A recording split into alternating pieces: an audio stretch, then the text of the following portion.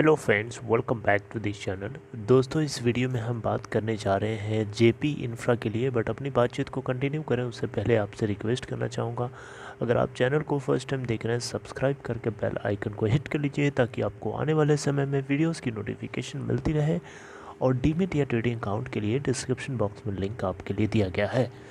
JP infra limited दोस्तों last trading session में 3.30 के अपर सर्किट के ऊपर ओपन हुआ, वही उसका लो है और वही उसका हाई है, वहीं पे बंद हुआ। अगर हम प्रीवियस डे क्लोजिंग प्राइस की बात करें तो 3.15 था। आप देख सकते हैं 15 पैसे यानी 4.76% की यहाँ पे अपर सर्किट लगा हुआ है। 77,30,954 टोटल एनएससी के ऊपर वॉल्यूम जनरेट हुआ। कंपनी की मार्केट कैप है 458 करोड़ रुपए। सितंबर क्वार्टर तक आपको पता है प्रमोटर्स के पास जो हिस्सेदारी है 60.98% है।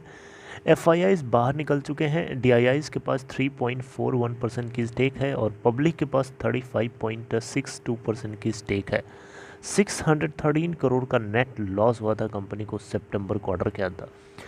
अब दोस्तों बात करते हैं कि इस कंपनी में क्या चल रहा है और ये क्यों अपर सर्किट लग रहा है। क्या ये वाकई में मनोज गौर को ही मिलनी चाहिए कंपनी? दोस्तों, एक तरीका है जिससे ये मुझे लगता है कि ये वापस कंपनी मनोज गौर को मिल सकती है। देखिए, मेरी बात को गलत भी साबित किया जा सकता है, मैं पूरी तरीके से दावे के साथ नहीं बोल सकता ऐसा। लेकिन दोस्तों, आप लोगों के साथ ये शेयर करना चाहता हूँ और आप लोगों से मैं जानना चाहूँगा कि क्या ऐसा आपको भी लगता है, क्या ऐसा पॉसिबल है। अब सुनिए क्या है।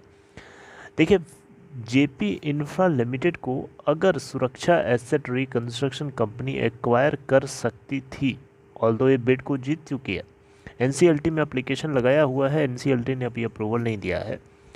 लेकिन आपको ये भी मैं बताया था कुछ दिन पहले कि जो बैड बैंक है इसको फंक्शनल होने जा रहा है सेकेंड वीक ऑफ जनवरी, यानी जनवरी महीना हमारा जो शुरू हो चुका है इसके दूसरे हफ्ते तक ये बैड बैंक या नेशनल एसेट रिकंस्ट्रक्शन कंपनी जो भारत सरकार ने बनाया है वो जो है कॉमन्स होने जा रहा है।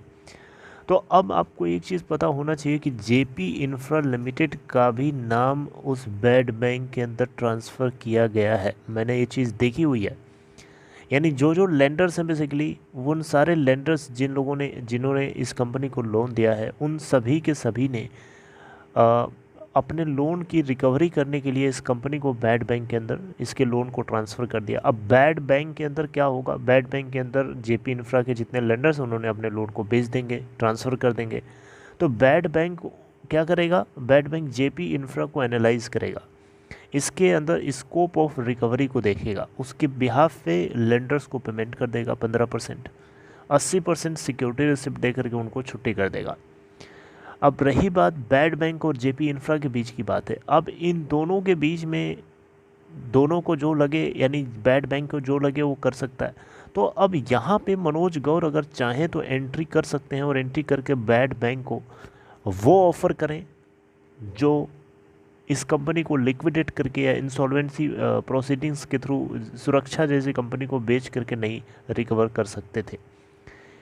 मेरी बात समझे कि नहीं आप? तो यहाँ पे मनोज गौर ऐसी बिड दे उन बैड बैंक के अंदर, उस बैड बैंक के अंदर जो एक झटके में उसको खुशी हो या एक झटके में खुश हो जाए और पूरा का पूरा माल जो है जेपी इंफ्रा वापस जिसके पास थी उसके पास चली आए। और इससे क्या होगा, बैड बैंक को भी अच्छा खासा अमाउंट मिल जाएगा और उस अमाउंट से 15% उन लेंडर्स को भी चुका देगा।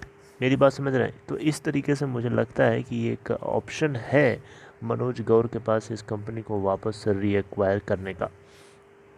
ऑल्दो इसमें और भी चीज़ें होंगी जो शायद मैं नहीं जानता हूँ या मुझे पता ना हो, और कुछ ऐसी चीज़ें हैं जो हमें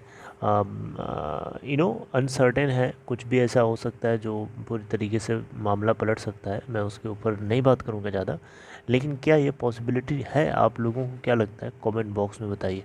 इस तरीके से मुझे लगता है कि ये कंपनी वापस जो है जेपी ग्रुप को ही चली जाए तो बढ़िया रहेगा और इससे शेयर होल्डर्स और सभी को फ़ायदा है, सभी का फ़ायदा है इसमें, ऑल इन वन। तो दोस्तों, ये छोटी सी अपडेट जेपी इंफ्रा को लेकर के, मेरी ये इन्फॉर्मेशन एनालिसिस आपको अच्छी लगी हो तो आप सपोर्ट करने के लिए लाइक कर सकते हैं इस वीडियो को और अपना ख्याल रखिए। Take care. और कोई आपको कमेंट में कुछ बताना है तो आप कमेंट बॉक्स में ज़रूर बताइएगा। Take care friends.